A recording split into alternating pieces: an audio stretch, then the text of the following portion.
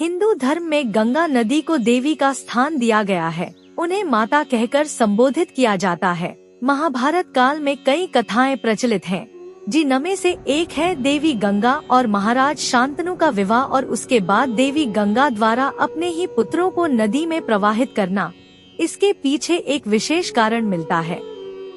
पौराणिक कथा के अनुसार एक बार हस्तिनापुर का महाराज शांतनु गंगा से बहुत प्रेम करते थे।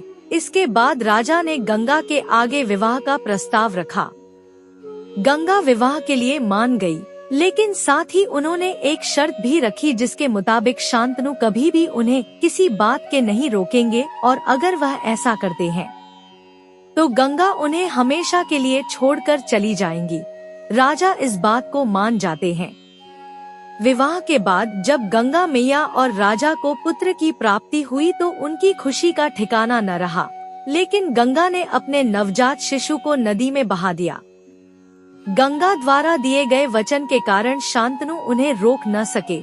इसी तरह गंगा जी ने अपने अन्य 7 पुत्रों को भी नदी में बहा दिया।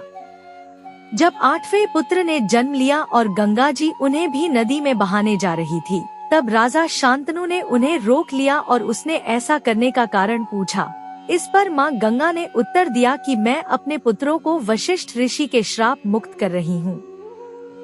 यह कहते हुए गंगा जी आगे बताती हैं कि उनके 8 पुत्र वसु थे, जिन्हें ऋषि वशिष्ठ द्वारा यह श्राप दिया गया था कि पृथ्वी पर जन्म लेने के बाद इन्हें बहुत से दुख सहने पड़ेंगे।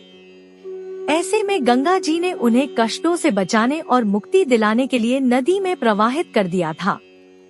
ऐसे में राजा शांतनु ने जिस 8वां पुत्र को बचा लिया गया था वह भीष्म पितामह थे। श्राप के कारण ही उन्हें जीवन भर दुख भोगने पड़े।